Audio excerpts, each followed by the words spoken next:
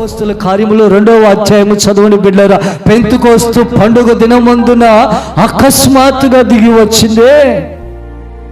చదవాలి, త్వరగా ముగిచ్చేస్తాను. అపోస్తలుల కార్యములు 2వ అధ్యాయం మొదటి నుంచి చదువు. పెంతెకోస్తు పండుగ దినమందున వచ్చినప్పుడు అందరూ ఒక చేట కూడి ఉండిరి. అప్పుడు వేగముగా వీచు బలమైన గాలి వంటి ఒక ధ్వని ఆకాశము నుండి అకస్మాత్తుగా వారు కూర్చుండి ఉన్న ఇల్లంతయు నిండెను. మరియు అగ్ని జ్వాలల వంటి నాలుకలుగా విభాగింపబడినట్టుగా వారికి కనబడి వారిలో ఒక్కొక్కని మీద వ్రాలగా అందరూ పరిశుద్ధాత్మతో నిండిన వారై చప్పలు కొడదామా, హల్లెలూయా హల్లెలూయా. ఆ ఆత్మ వారికి ఆ వాక్శక్తి అనుగ్రహించిన కొలది అన్య భాషలతో మాట్లాడసాగిరి. ఆమేన్, హల్లెలూయా. చూడండి, అకస్మాత్తుగా దిగి వచ్చిందంట అగ్ని.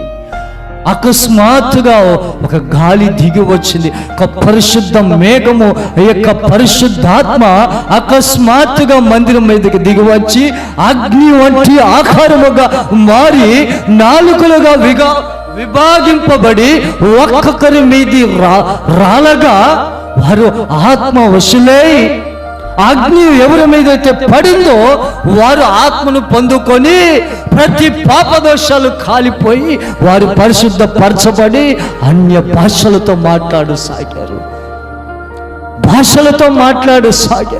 ఆత్మను పొందుకున్నారు, అగ్ని పొందుకున్నారు. ఈరోజు నువ్వు నేను పొందుకున్న అగ్ని ఏమైపోతుంది?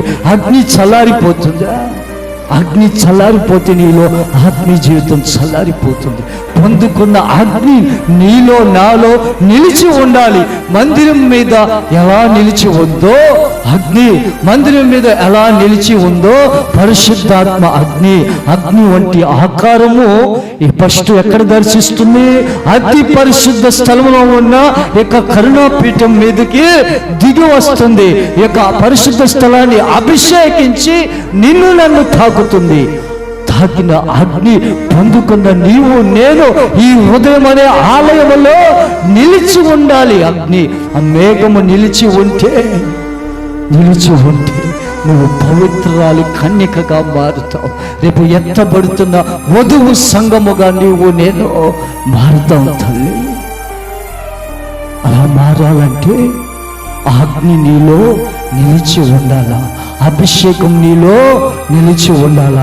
సాక్షిపు మందిరం మీద నిలిచి ఉన్న ఈ యొక్క మేఘము ఈరోజు మన మందిరం మీద కూడా నిలిచి ఉంది. ఆ మేఘమే వస్త్రపు చెంగుగా మారింది. ఆ వస్త్రపు చెంగే మేఘముగా మారి మన పితరులను కాపాడింది. ఆ వస్త్రపు చెంగే మేఘముగా మారి పరిశుద్ధాత్మ ఆకారము ధరించుకొని మందిరం మీద నిలిచింది. మన మందిర పైకప్పు ఏది? దేవుని వస్త్రపు చెంగు. ఆ వస్త్రపు చెంగులో ఏముంది? అగ్ని ఉంది, మహిమ ఉంది. ఆ మహిమను నువ్వు పొందుకోలేకపోతున్నావా పిల్లారా? ఆ మహిమను అనుభవించలేకపోతున్నారా? హల్లెలూయా హల్లెలూయా. అగ్ని యొక్క మందిరం మీద నిత్యము నిలిచి ఉందంట. ఆమేన్. మనకి ఉపమాన రీతిగా ప్రభు మందిరం మీద కట్టిస్తే చూపిస్తున్నాడు, కళ్ళ కట్టినట్టుగా. ఇదిగో రాబోతున్న జనరేషన్కి చూపిస్తున్నాడు. మందిరం మీద ఎలా నిత్యము అగ్ని నిలిచి ఉందో నా కుమారుడు భూమి మీదకి రాబోతున్నాడు. మీ కొరకు మృతి చెందబోతున్నాడు. మీ కొరకు రక్తం కాచి మిమ్మల్ని పాపదోషాల నిమిత్తము విడుదల చేయబోతున్నాడు. నా కుమారుని ద్వారా మందిరం కట్టబడుద్ది. ఆయన బండ మీద పునాది వేయబడుద్ది. అప్పుడు మరలా ఈ యొక్క సాక్ష్యపు మేఘము మీదకి ఇప్పుడు ఈ యొక్క జనరేషన్ లో ఉన్న మందిరాల మీదకి ఏం దిగి వస్తుంది? పరిశుద్ధాత్మ మేఘం దిగి వస్తుంది. ప్రభు మీదకి దిగి వచ్చింది పరిశుద్ధాత్మ మేఘం. ఫస్ట్ ఎవరి మీద దిగి వచ్చింది? ప్రభు వచ్చిన తర్వాత ఆయన మీదకే దిగి వచ్చింది.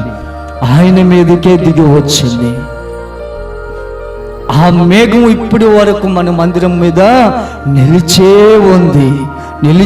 ఉంది. ఆమె ఆనాడు మన పితరుల్ని విడిచిపెట్టలా, ఈనాడు మనల్ని కూడా విడిచిపెట్టలేదండి. ఆ మేఘము పరిశుద్ధాత్మల పావురం వలె మారి మన మందిరం మీదకి దిగి వచ్చి మందిరమును కమ్ముకొని ఉంది. చప్పట్లు కొడదాము. హల్లెలూయా. ఈ మందిరం అంతా కమ్మేసింది. ఆ మేఘంలో ఏముంది? మహిమ ఉంది. నువ్వు ప్రార్థన చేసినప్పుడు ఆ యొక్క మేఘంలో ఉన్న పవరు మందిరం అంతా కమ్మేసింది. పరలోక దేవుని సన్నిధిలో ఎలా కమ్ముకొని ఉందో ఆయన మహిమ, ఆ మేఘము కెరేబులు షరేబులు గాన ప్రతిగానములు చేయగా, స్తుతించగా, ప్రార్థన చేయగా ఆ మందిరం పరలోక దేవాలయాన్ని కమ్ముకున్న మేఘము గడప కమ్ముల పునాదులు కదిలిపోయావో ఆ రీతిగా నువ్వు ప్రార్థన చేసినప్పుడు, ఆ రీతిగా నువ్వు ఆరాధన చేసినప్పుడు మందిరం అంతా నిండుకొనిపోయి ఆ ధూమం చేత, అదే ధూమం చేత మన మధ్యలో నిండుకొనిపోయి ఇప్పుడు నువ్వు ఆరాధనలో ఆత్మను పొందుకున్నావే. ఎక్కడి నుంచి వచ్చింది? నువ్వు ప్రార్థన చేయగా, ఆరాధన చేయగా అకస్మాత్తుగా ప్రభు దిగి వచ్చి ఆయన కరుణా పీఠాన్ని, ఆయన మందసాన్ని అభిషేకించి ఒక్కొక్కరి మీద రాల్చగా నువ్వు ఆత్మను పొందుకున్నావు. ఆత్మను పొందుకున్నావు. ఆ మేఘమే మన పుత్రులను నడిపించింది. ఆ మేఘమే ఇప్పుడు నిన్ను నన్ను నడిపిస్తుంది.